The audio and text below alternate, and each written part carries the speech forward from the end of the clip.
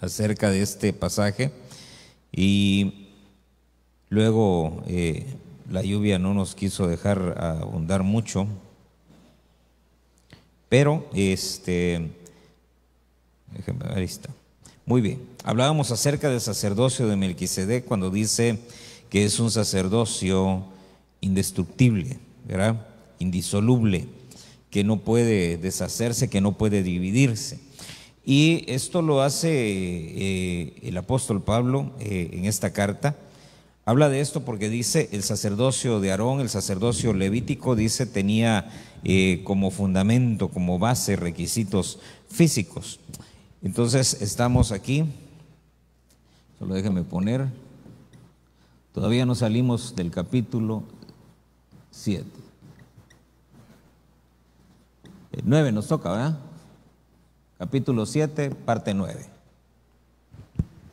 Muy bien, entonces es interesante porque, fíjese, dice, ellos tenían, estaban sobre la base, dice, de una ley que tenía requisitos físicos para ellos. Hablamos acerca de eso y de cómo los defectos en los sacerdotes o en las familias de los sacerdotes los inhabilitaban de por vida. Fíjese eso, los inhabilitaban de por vida.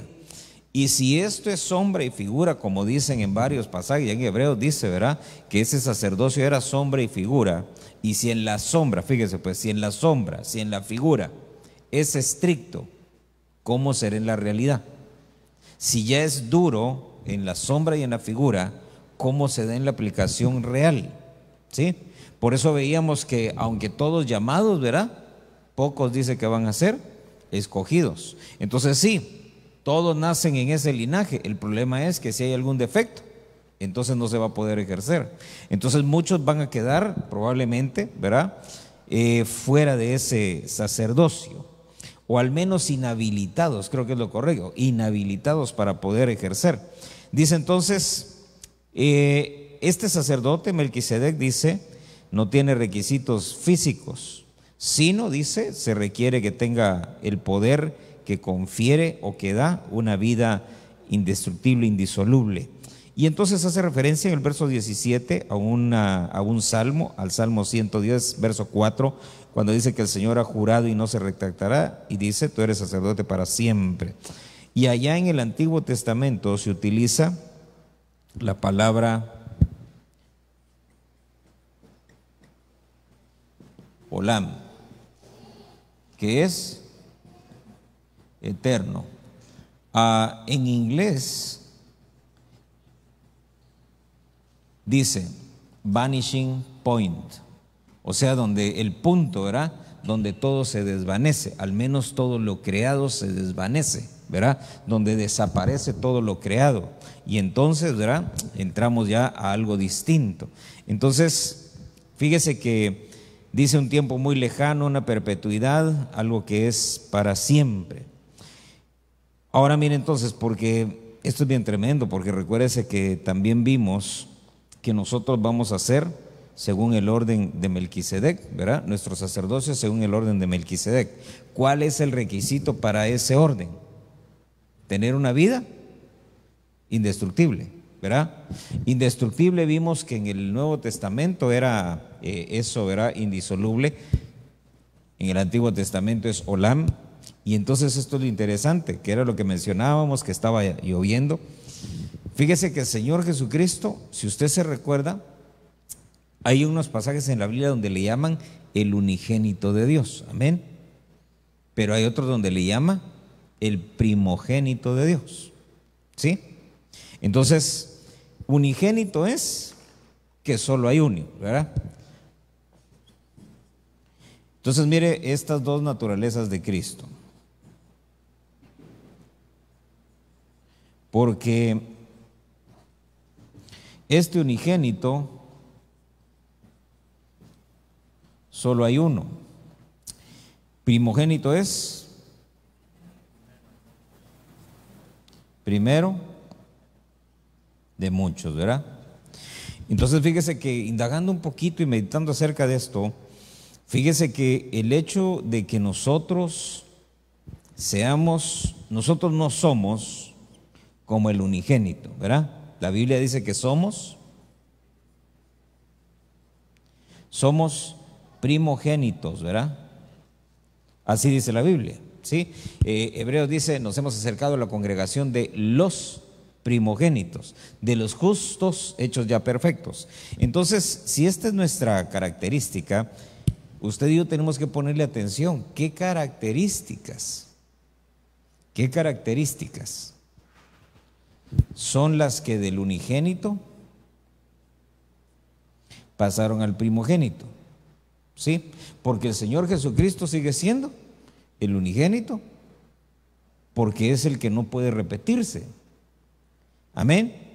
Pero es el primogénito porque es el primero entre muchos hermanos. ¿Esos hermanos somos? Nosotros. Ahora fíjese entonces, este de aquí arriba no es reproducible, este de aquí abajo sí es reproducible. Entonces, ¿qué es lo que el Señor, fíjese pues, qué es lo que el Señor, como dijéramos ahí, trasladó de su naturaleza de unigénito al primogénito para que se pudiera reproducir en nosotros? ¿Me explico? Porque son características del Hijo. Este es el Hijo. ¿Sí? Entonces, dice que en Él habitaba la plenitud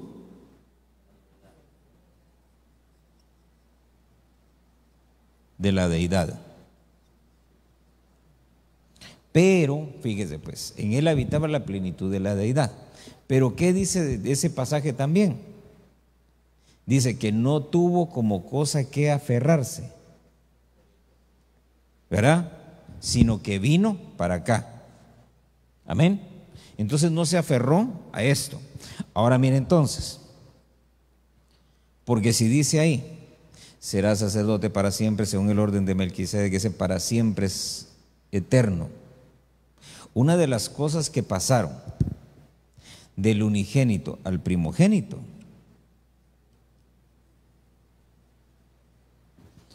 es la característica de ser eternos.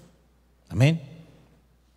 Por eso dice él, así como yo soy, van a ser ustedes también. Donde yo esté, ustedes van a estar también. ¿Sí? Ahora bien, ¿qué es lo que no pasó, vaya? Porque mire, hay atributos del Hijo que no los vamos a tener nosotros.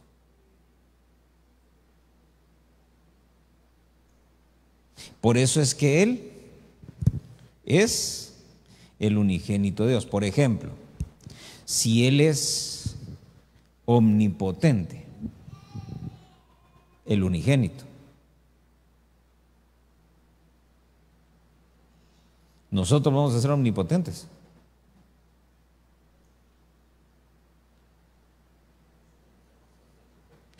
Porque mire pues, este de aquí arriba, este es igual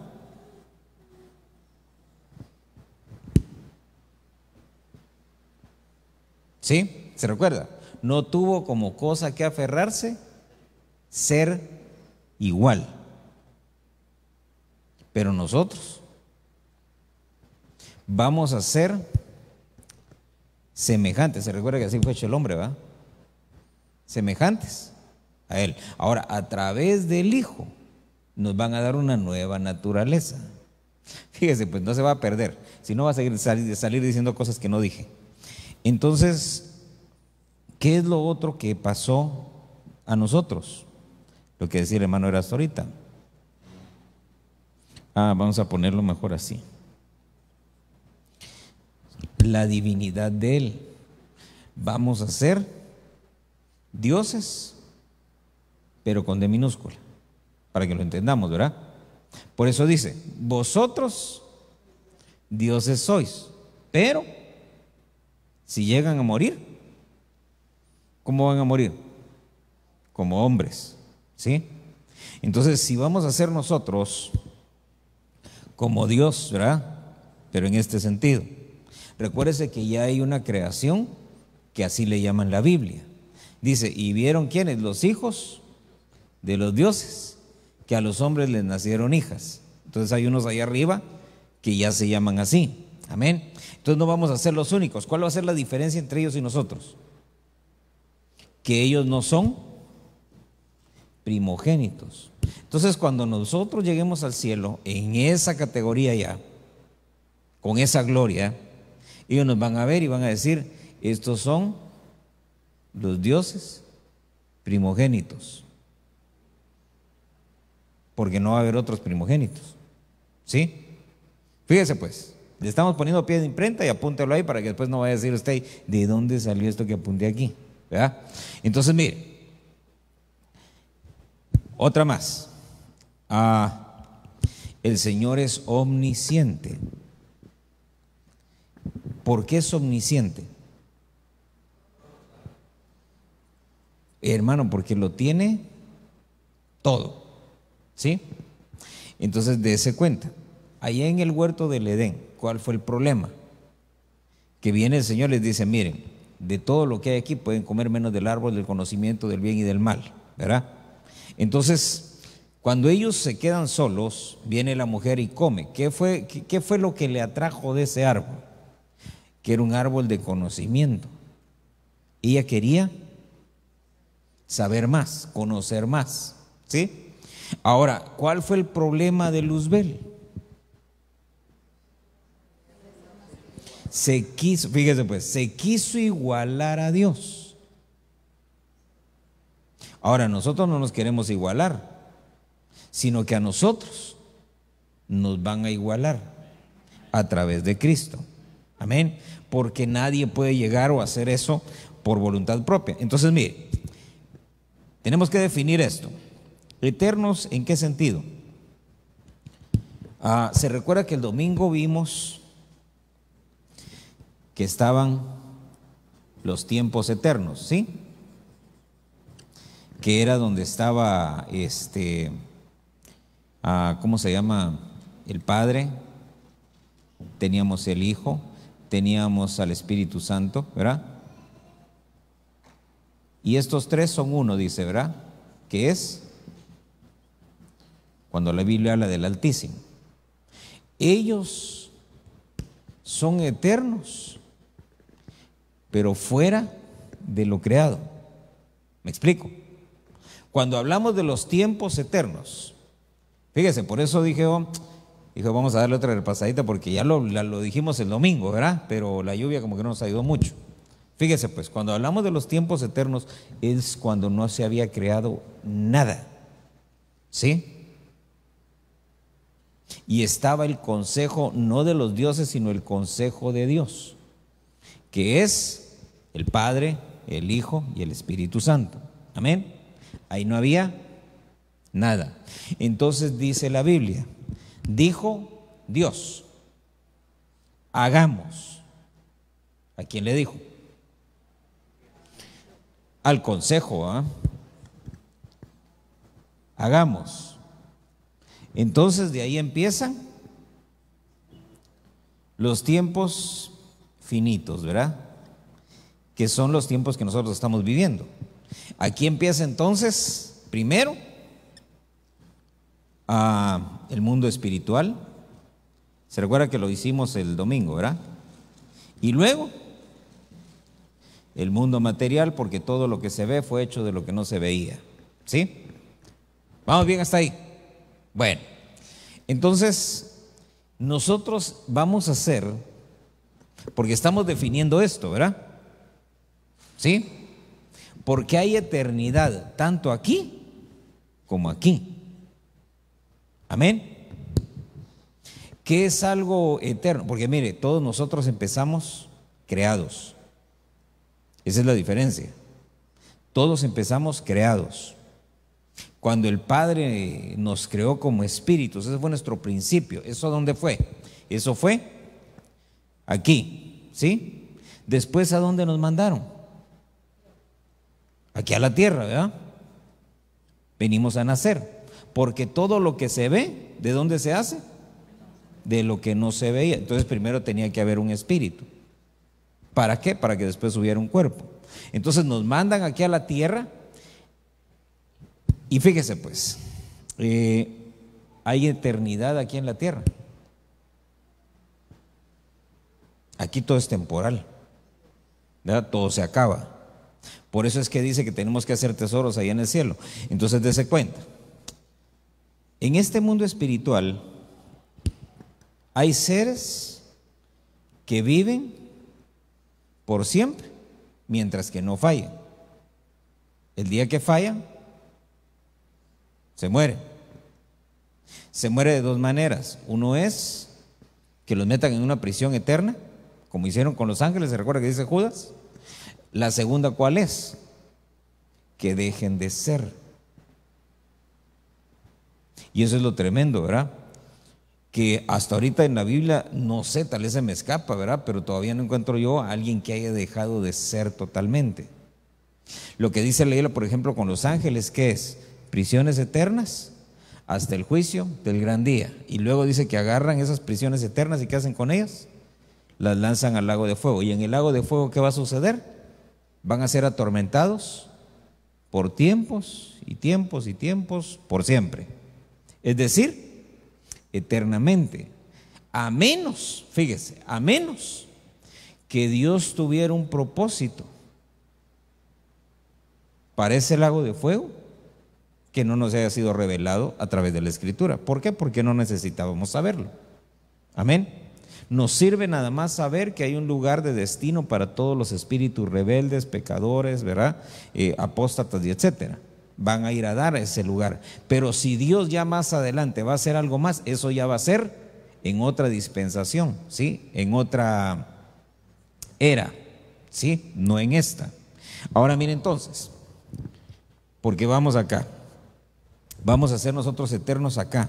No es que nos van a meter aquí. ¿Por qué razón?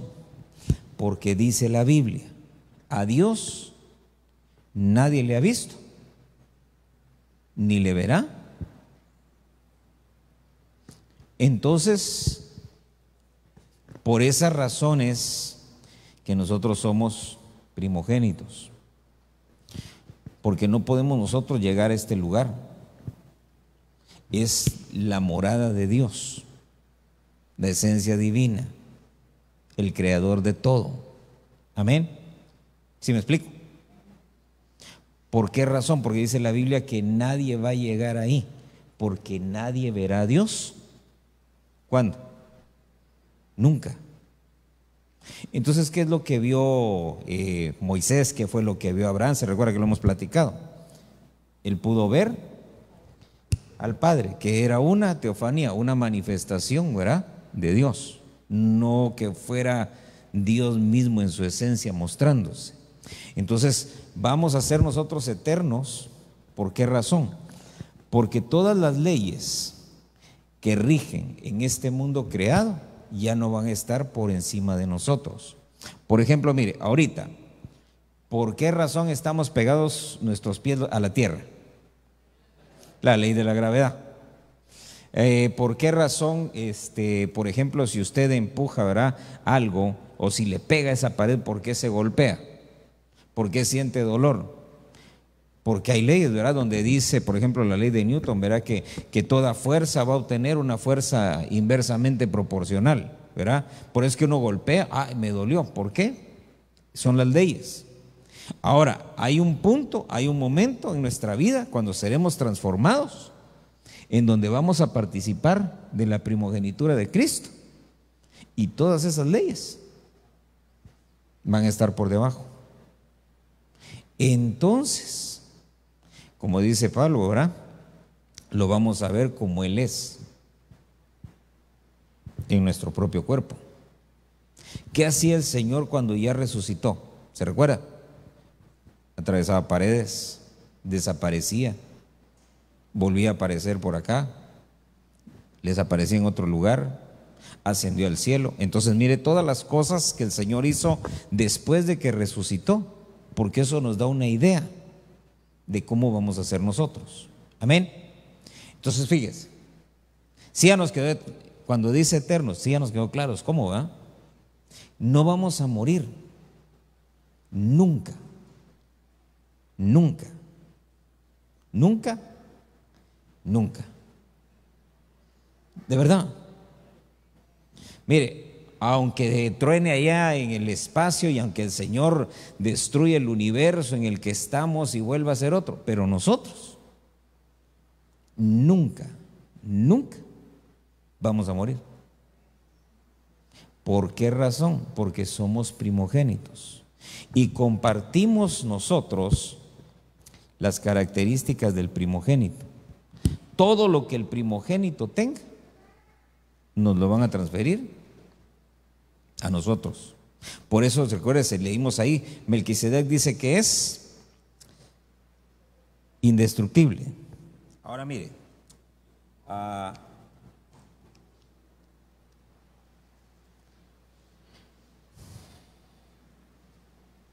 muy bien. Sí nos quedó claro, ¿verdad?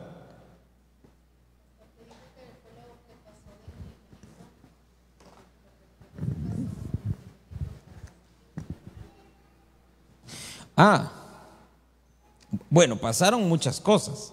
Mencionamos solo algunas. Pero, por ejemplo, ¿qué cosas del unigénito nosotros no tenemos? La omnipresencia. No vamos a poder estar en dos lugares a la vez. ¿Sí? La omnisciencia. ¿Por qué? Porque hay atributos. Para ponerlo gráfico, ¿ya? El unigénito tiene atributos divinos y los primogénitos, ¿verdad? Con ese, primogénitos, tenemos atributos divinos, así miren. ¿Sí? Es decir, no vamos a ser iguales a Dios, es lo que yo quiero que usted vea, sino que vamos a ser iguales al primogénito. Entonces, mire, así como un niño comparte dos códigos genéticos, el de la mamá y el del papá, ¿verdad? Nosotros también vamos a compartir, así como el Señor compartió también dos códigos genéticos. El código genético que traía como un ser espiritual y el código genético de un cuerpo terrenal. ¿Nosotros qué tenemos? El código genético de un cuerpo terrenal, y cuando seamos glorificados nos van a dar entonces el código genético de Cristo. Entonces con eso nos introducen.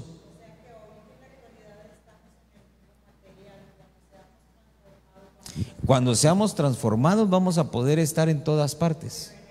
No al mismo tiempo, ¿verdad? No, es que mire, los tiempos eternos es lo que le digo, es la habitación de Dios. ¿Cómo se lo explico de otra manera? No, quiero ampliarlo, por lo que decía ahorita. Mire pues, se recuerda que hemos dibujado, ¿verdad? Un círculo y decimos, esto es lo creado. Todo lo que está fuera de ese círculo es Dios. ¿Sí? Antes de que existiera eso que está dentro del círculo, la creación, solo había Dios, solo estaba Dios. Llega un momento en el que Él dice, hagamos.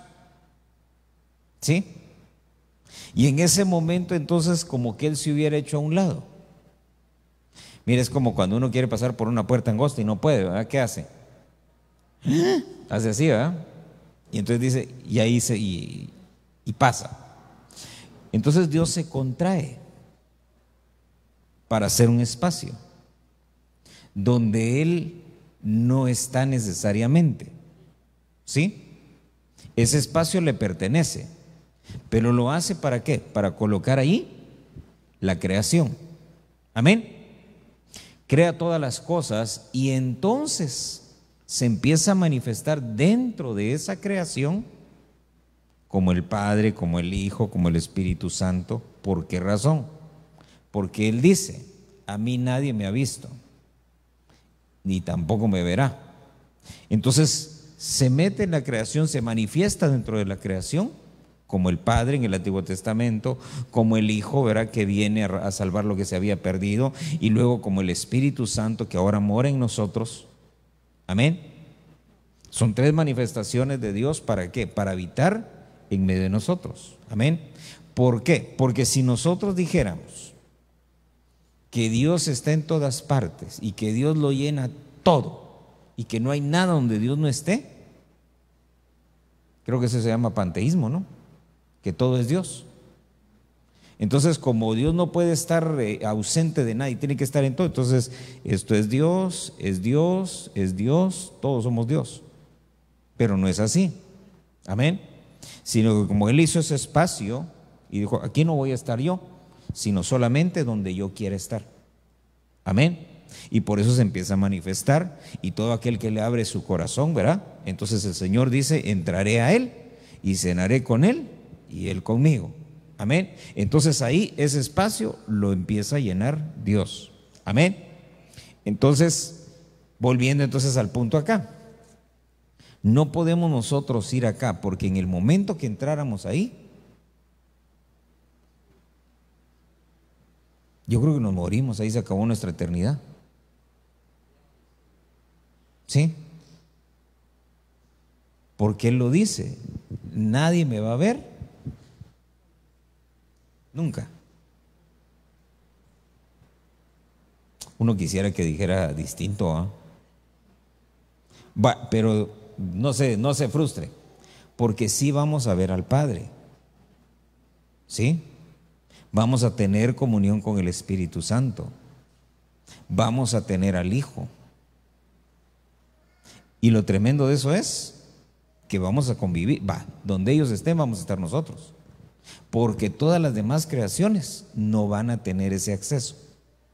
Eso es solo para nosotros, los que hayamos quedado, los que hayamos sido transformados, los que hayamos, y bueno, y es que eso iba a hablar yo, ¿verdad?, de permanecer, pero es importante que nosotros sepamos a dónde vamos, qué es lo que vamos a hacer. Amén. Mire, ¿por qué razón? Es que mire, el Evangelio es fácil, porque así dice el Señor, mi yugo es fácil y mi carga. Lo que pasa es que como uno no sabe, no conoce o no entiende de dónde nos sacó el Señor realmente y hacia dónde realmente nos quiere llevar, ¿sí? Entonces por eso es que muchos ponen en balanza y no dicen, no sale el cambio, no le encuentro la gracia pues a esto, ¿verdad? Solo vivir aquí privándote de un montón de cosas, de no ir a fiestas, de no emborracharte, de no probar drogas, etcétera, etcétera. ¿Y para qué? O sea, solo para ir allá al cielo donde todo está vacío, ¿verdad? Y solo puras nubes, un portón que está colgado de ninguna parte, así como lo dibujan, ¿verdad?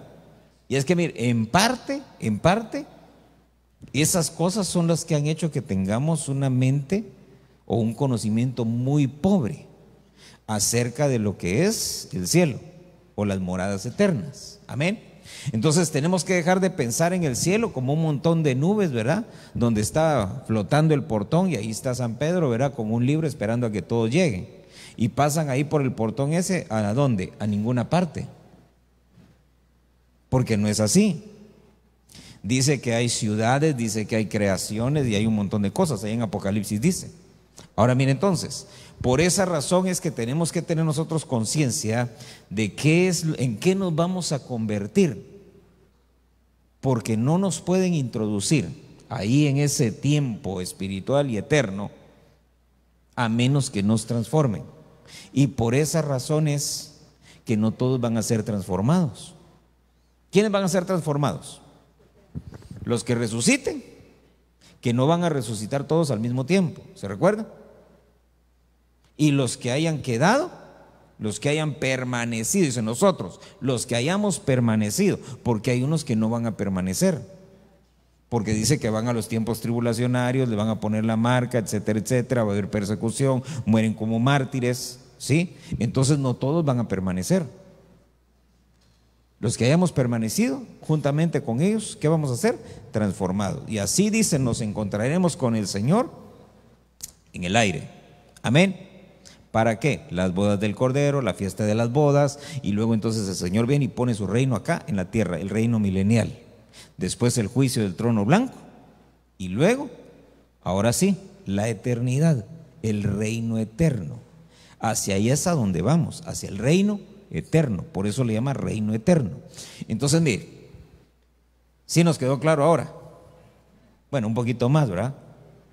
Mire, tenemos que saber qué es lo que Dios quiere hacer con nosotros, en qué nos quiere convertir, qué es lo que nos quiere heredar. Porque mire, usted y yo no sé si alguien ha visto aquí alguna vez un ángel, un demonio, un ángel caído, no, un espíritu inmundo. Entonces se cuenta que no tenemos ni idea de cómo es el mundo espiritual.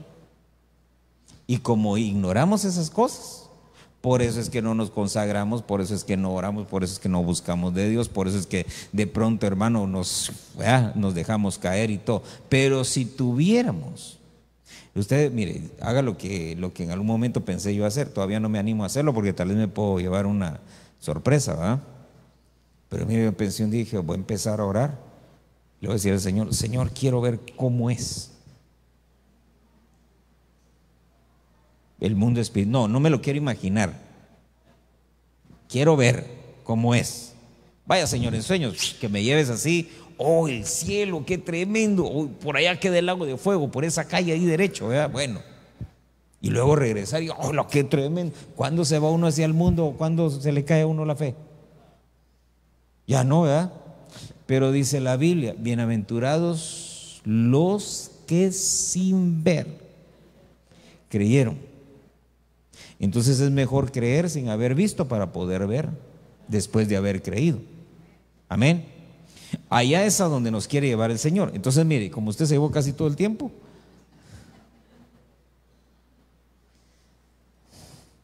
mire pues,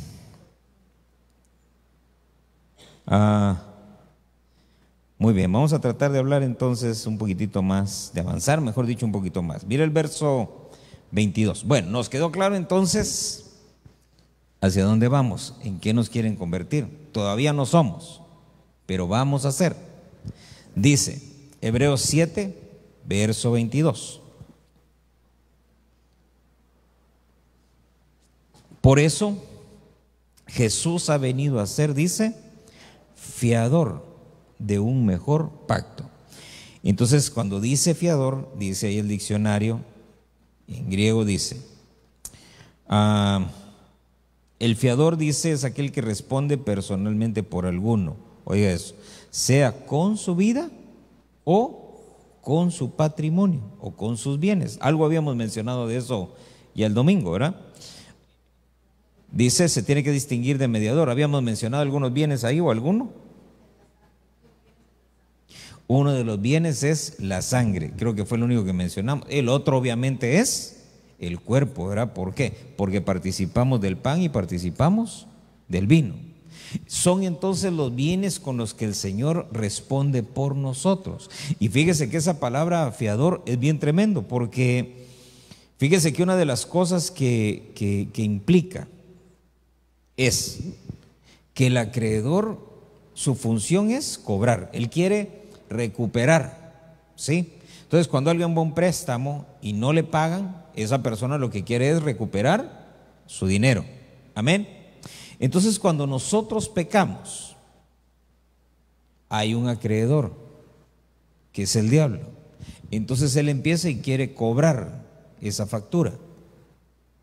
El asunto es que cuando nosotros nos vemos imposibilitados de pagar y decimos, yo no puedo pagar, ¿verdad? Hay un fiador que antes no lo teníamos. Por eso es que el diablo, antes de conocer a Cristo, nos cobraba todas. Y en algunos casos lo que hacía era acumularlas, ¿verdad?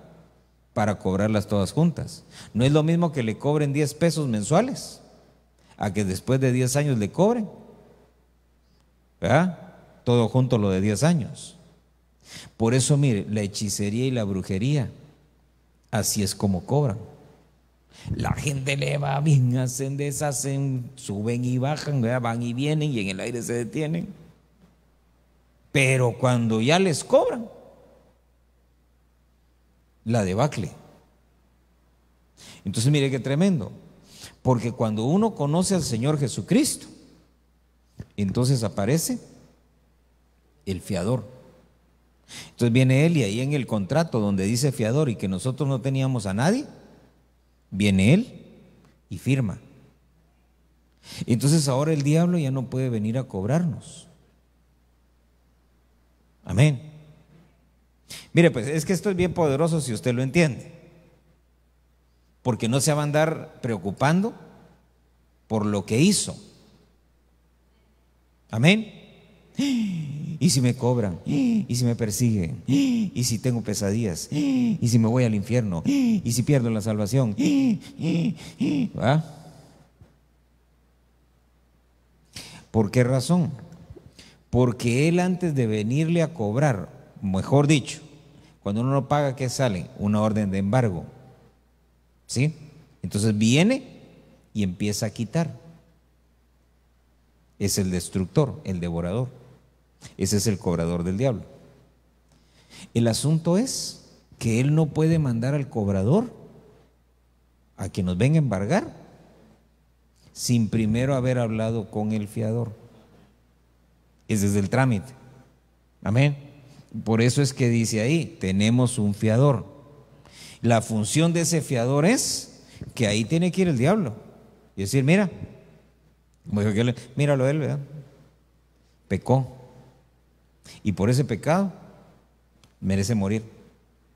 Entonces viene el fiador y le dice, sí, nada más que hace 2000 años, ¿te recuerdas? Te di un cheque prefechado. Ah, sí, ¿verdad? Se me había olvidado.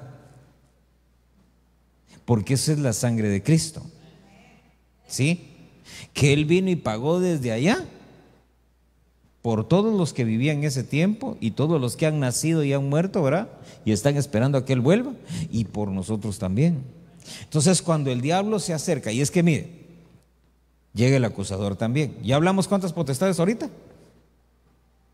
El acusador, el acreedor, el destructor, el devorador. Mire todos los que están involucrados solo con el hecho de tener nosotros una deuda a causa del pecado.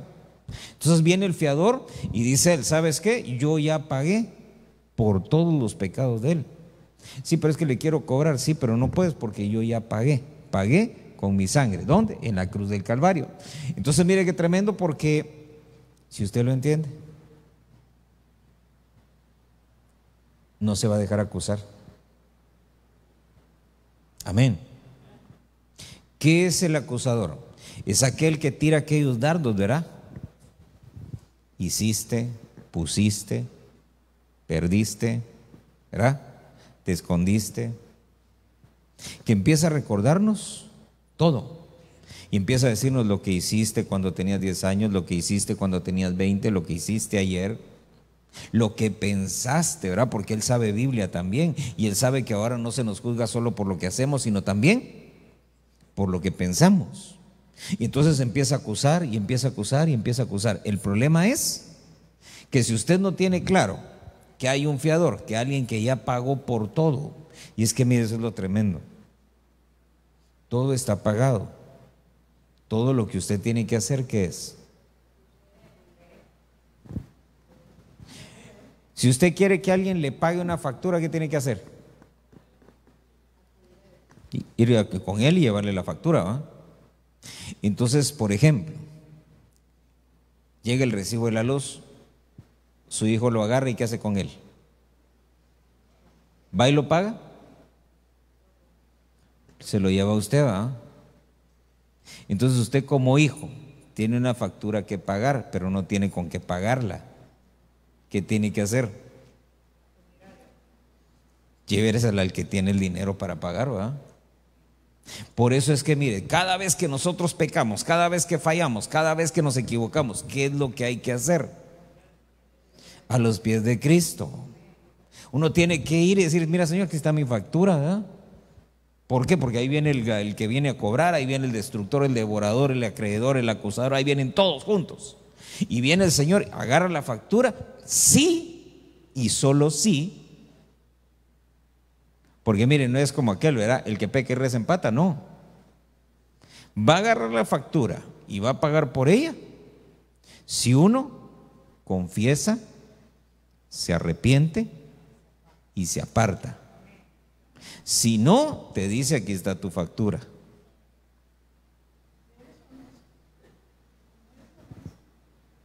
Por eso le digo, si confiesa, se arrepiente y se aparta, le agarran su factura y le quitan la deuda.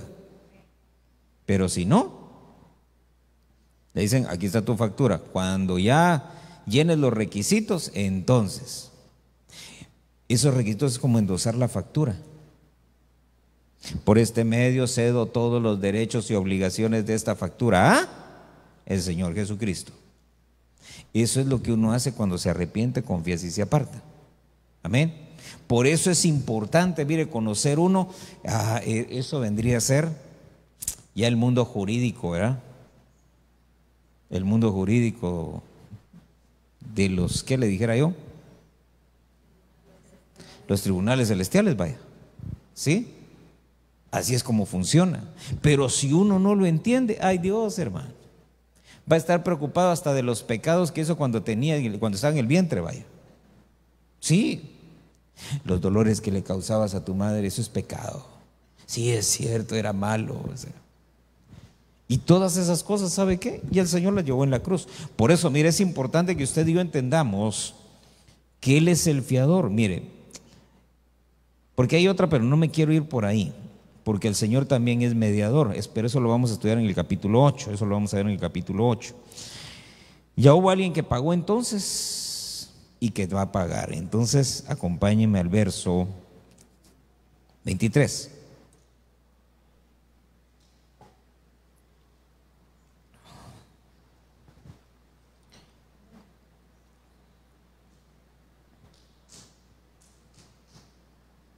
¿Ya lo tiene? A ver hasta dónde llegamos. Dice: los sacerdotes anteriores eran más numerosos porque la muerte les impedía continuar. Pero Él conserva su sacerdocio inmutable, puesto que permanece para siempre. Por lo cual Él también es poderoso para salvar para siempre. Por eso, mire, ¿salvar qué?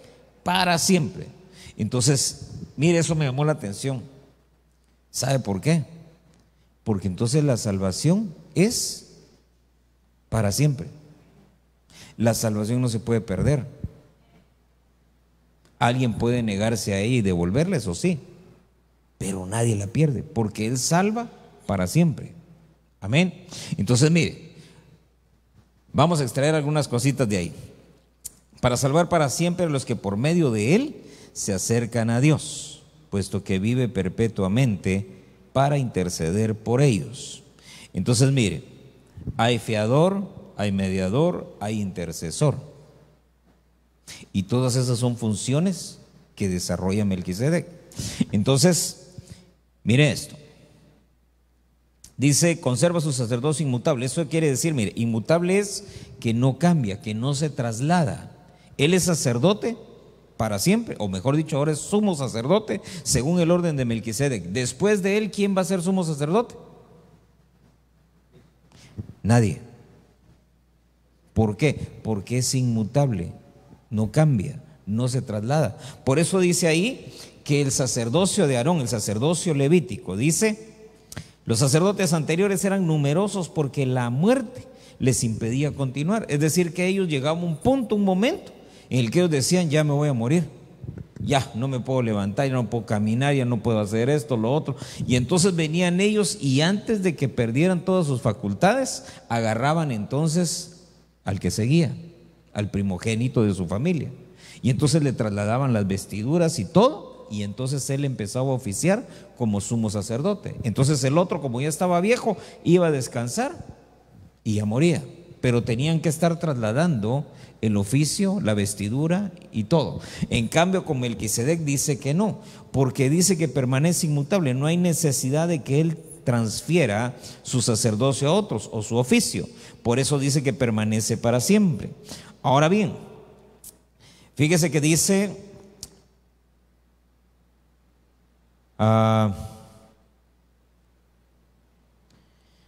permanece para siempre. Y quiero que vea conmigo y a ver en estos 5 minutos. Esa palabra permanecer.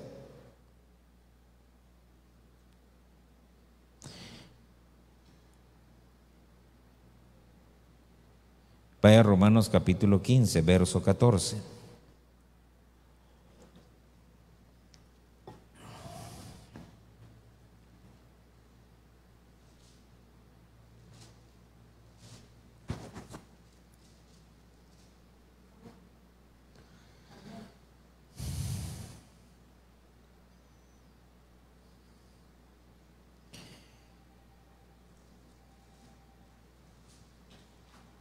Ok, ¿qué le dije? Romanos 15. Ok, 15, 14, vamos a leer ese por qué razón. Solo quiero apuntalar esa parte del verso que dice que Él es poderoso para salvar. Esa palabra poderoso para salvar dice, es dunamai. Recuérdese que poder en griego se dice dunamis.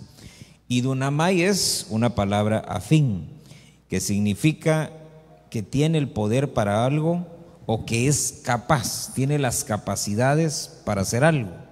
Entonces dice Romanos 15, 14, dice, en cuanto a vosotros, hermanos míos, yo mismo estoy también convencido de que vosotros estáis llenos de bondad, llenos de todo conocimiento y capaces, es decir, dunamai, capaces también de amonestaros los unos a los otros. Eso significa entonces que una de las cosas que nosotros tenemos que tener, porque Él lo tiene, dice que Él es poderoso para salvar, y nosotros entonces tenemos que tener también ese poder. ¿Ese poder en qué se manifiesta? En la capacidad que tenemos nosotros para poder amonestar a otros. Para hacer eso se necesitan recursos. ¿Qué recursos se necesitan para amonestar a alguien? Primero, hay que tener conocimiento. Si no tenemos conocimiento, ¿qué le vamos a decir a la gente? Si uno no tiene conocimiento de la palabra, si uno no abunda en la palabra, sabe, si uno no tiene, digámoslo así, recursos propios. Pregúntale que está a la par suya, ¿qué tienes de Dios? Porque los recursos, hermano, no son las cosas que hemos aprendido del mundo, ni nuestras propias habilidades que hemos desarrollado. Los recursos que tenemos nosotros para ser capaces es lo que Dios nos ha dado, lo que Dios ha puesto en nosotros. Por eso es importante que nosotros sepamos qué tenemos de Dios en nosotros. Tenemos nosotros el Espíritu de Cristo, tenemos el Espíritu Santo. La siguiente pregunta es, ¿tendremos dones? ¿Tendremos frutos? Porque todos esos son los recursos. ¿Para qué? Para ser capaces en la obra. Entonces, mire, uno más. Segunda de Timoteo capítulo 3, verso 14.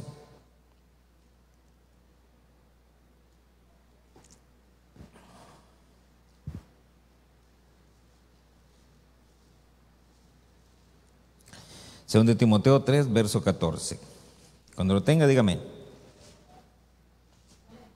Dice, tú, sin embargo, persiste en las cosas que has aprendido. Mire, por eso hablábamos de conocimiento ahorita, ¿verdad? Persiste en las cosas que has aprendido. Quiero que le ponga atención. Déjeme separarlo aquí, porque esto...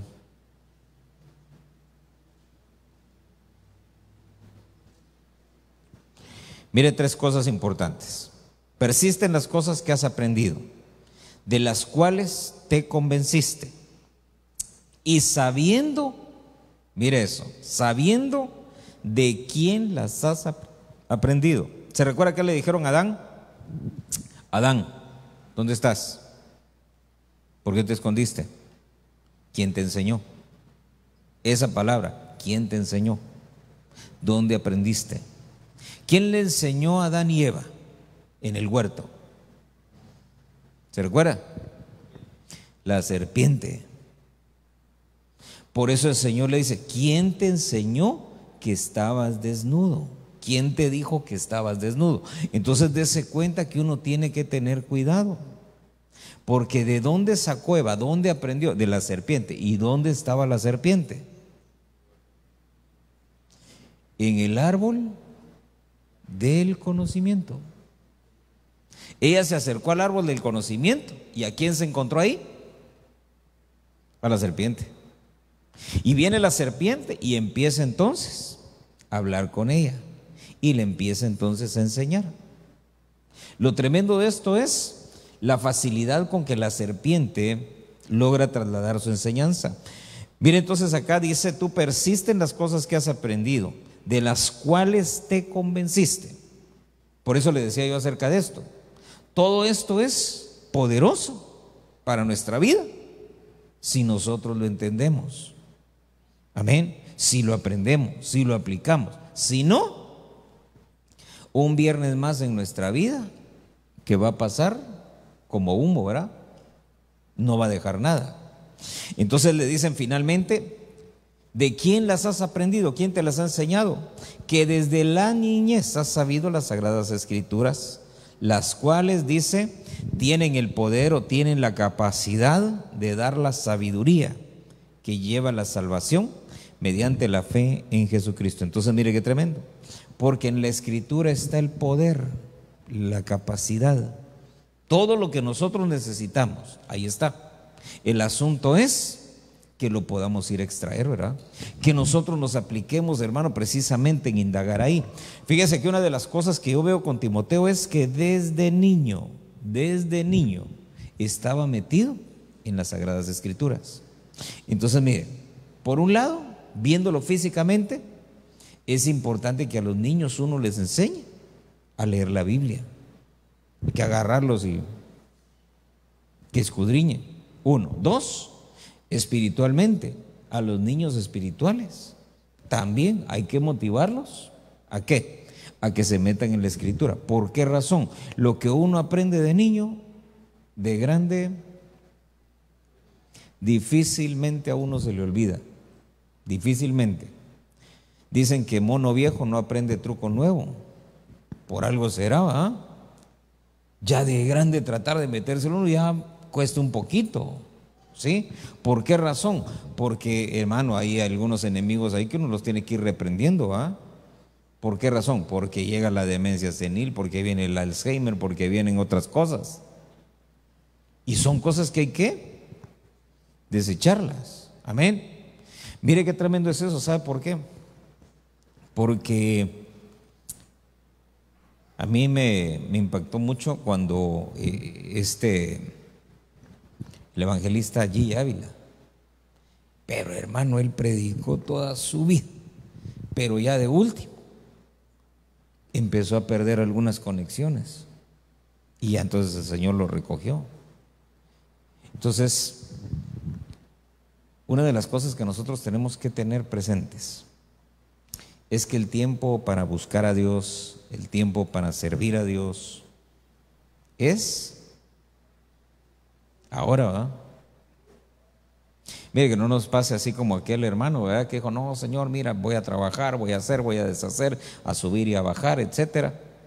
Y luego, cuando he hecho mi casa, cuando tenga mi carro, cuando tenga mi negocio y todo, entonces te voy a servir con todo mi corazón. Y el Señor le habló. Dijo: entonces me vas a servir cuando ya no sirvas para nada, cuando ya estés viejo, te cueste caminar, no te recuerdes de las cosas, se te olvidó, dejaste la Biblia ahí. Lo bajó de la moto, como dicen. Entonces el tiempo de servir al Señor es ya, ahorita, cuando uno puede, cuando uno tiene fuerzas. ¿Por qué razón? Así lo hizo Caleb. Y si usted se recuerda, llegó a los 85. Mire, ya quisiéramos llegar a los 85 con la mitad de lo que tenía Caleb. Yo no le digo todo, ya la mitad ya es bastante. Pero hermano, ese hombre llegó con la armadura puesta, la espada en la cintura, todo arrugado, si usted quiere, vaya, viejito, canoso, no sé si ya usaba placas también.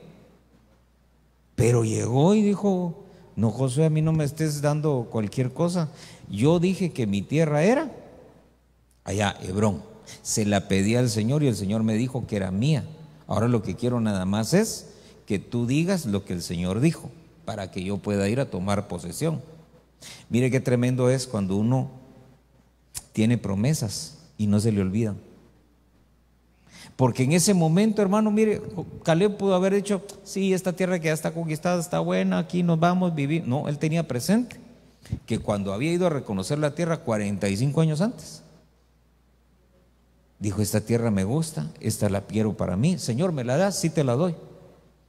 Y llegado el momento en la repartición, viene Josué y le dice, mira, aquí está lo tuyo. Y le dice, no, no, eso no es lo mío. No, a mí Dios me dijo, pero mira, le dice Caleb, esa tierra ni siquiera está conquistada, está llena de gigantes, no hemos llegado todavía a ese lugar y todo. No importa, porque Dios dijo que esa era la mía y yo mismo voy y la conquisto. Tú nada más dime que es la mía para empezar a jalar ya.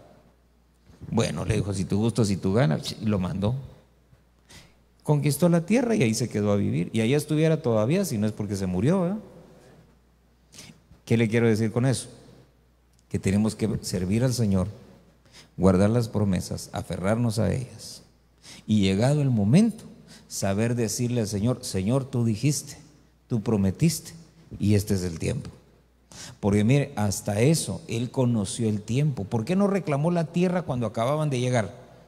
No, él se esperó. Dijo, ya es la repartición, este es el momento. Amén. Y amén. Cierre tus ojos, vamos a orar. Padre, gracias te damos, Señor. Gracias te damos por tu gran misericordia, por tu gran bondad. Señor, hoy venimos delante de tu presencia, rogando y suplicando, Padre bendito, para que nos ayudes, Señor, que podamos entender el alcance, Señor, el alcance de tu sacrificio, el alcance, Señor, del pago que hiciste en la cruz. Que podamos entender, Señor, que eres un fiador, que va a responder, que ha respondido con su propia vida y con sus propios bienes en favor de todos nosotros, todos los que somos beneficiarios de la salvación. En el nombre poderoso de Cristo Jesús te rogamos, Señor, ten misericordia. Te ruego, Padre, en esta hora, por cada uno, Señor, ponte de pie ahí donde estás, por cada uno, Señor, en el nombre de Jesús, para que esa conciencia, Señor, llegue a cada uno, quede clara en cada uno, Señor, que tenemos un fiador, que tenemos alguien que paga y que se pone de por medio, alguien que se atraviesa por nosotros, alguien que tiene el pago efectivo por cada uno de nuestros pecados, por cada una de nuestras deudas, alguien que ya pagó, alguien que se ofreció a sí mismo, alguien que pone todos sus recursos en favor nuestro. En el nombre de Jesús, Señor, en esta hora te ruego, ten misericordia, Señor, que esa palabra, Señor, quede implantada en cada mente, en cada corazón, para que cuando el acusador llegue, Señor, podamos nosotros, Señor, decir, aquí está el pago, alguien ya pagó por mí. Que cuando llegue el acreedor podamos decir, ya no tengo deudas, ya no hay quien pueda venir a cobrar, porque ya pagó Jesús por mí. En el nombre poderoso de Jesús, ten misericordia, Señor, te rogamos y te suplicamos en esta hora que podamos nosotros, Señor, entender que es necesario, Señor, que así como tu Hijo fue servidor, Señor, nosotros también podamos servirte, Señor, que podamos guardar las promesas, que podamos nosotros, Señor, saber esperar el tiempo, el momento en el que esas promesas, Señor, llegan para cumplirse. En el nombre de Jesús, todos nuestros tiempos, Señor, están en tus manos. En tus manos los ponemos, Señor, en tus manos los encomendamos. Te rogamos que nos des discernimiento para conocer los tiempos y que en el tiempo oportuno podamos decir, Señor, tú me prometiste y este es el tiempo, Señor, para que se cumpla. En el nombre de Jesús te lo pedimos todos, Señor, te damos gracias en el nombre poderoso de Jesús. Yo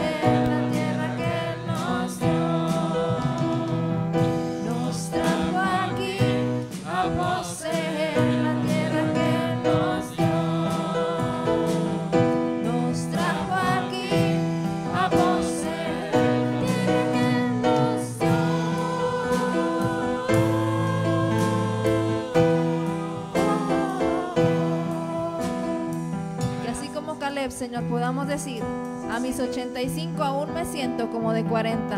Danos, Señor, esa entereza de espíritu y esa fortaleza que solamente viene de ti, Señor. Yo te pido que guardes a cada uno de mis hermanos, Señor, y que tú los lleves con bien. Bendice su salida y su entrada desde ahora y para siempre. En el nombre de Jesús los bendigo. Solo les recuerdo las actividades de mañana: a las 5 la oración y corderitos, y de 6 a 8 los ensayos. Y les pido si nos ayudan por favor a recoger las sillas. Y este domingo es culto seguido. Hay ayuno. Prepárese para el ayuno.